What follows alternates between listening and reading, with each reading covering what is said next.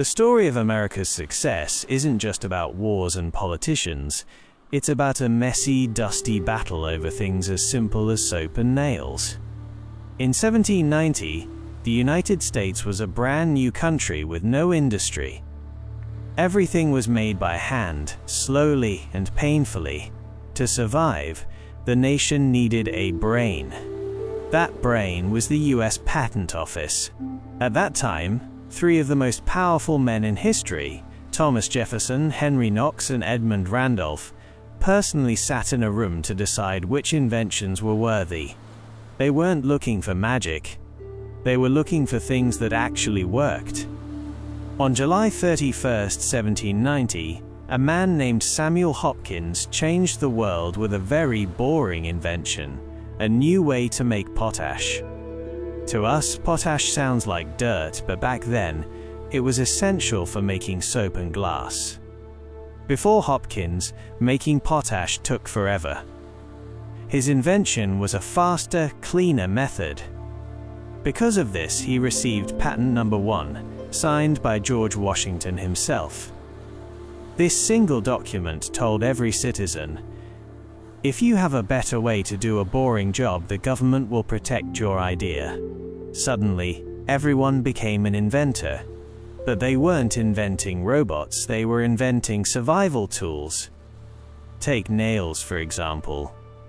In 1790, every single nail was hammered by hand by a blacksmith. They were so expensive that if someone moved to a new house, they would often burn down their old one just to collect the nails from the ashes. It was a national crisis. Because of this, many of the first 50 patents were for nail-cutting machines.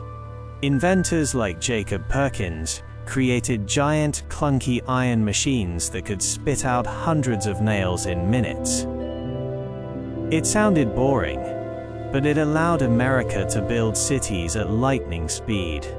Then, there was the problem of food. People were starving because grinding grain into flour was slow and dirty. Oliver Evans changed everything with patent number 3. He designed a flour mill that used conveyor belts and buckets to move grain automatically. It was the world's first automated factory. No humans had to touch the flour. It was so advanced for its time that people thought it was impossible. This boring grain mill laid the foundation for every factory we have today. The atmosphere during these first 50 patents was full of drama and paranoia. There was no internet to check if someone had already invented your tool. Inventors had to build wooden models of their machines and carry them on horseback for hundreds of miles to Washington, D.C. They were terrified that someone would see their model and steal the idea before they reached the patent office.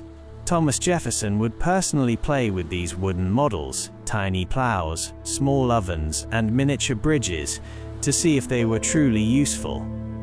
As we look at the list of these first 50 patents, we see titles like manufacturing of bricks, distilling spirits, and improved fireplaces. These weren't just random gadgets, they were the building blocks of a civilization. A better brick meant stronger buildings. A better fireplace meant surviving the winter. A better way to tan leather meant better boots for the army. Every single patent was a solution to a hard, physical problem. By the time the 50th patent was issued, the message was clear. Innovation was the new gold. These early inventors proved that you didn't need to be a scientist to change the world. You just needed to find a boring problem, like a dull plow or a slow nail cutter, and find a way to fix it. Those first 50 patents were the DNA of the modern world. They turned a group of colonies into an industrial powerhouse, one simple, boring but brilliant idea at a time. Next step.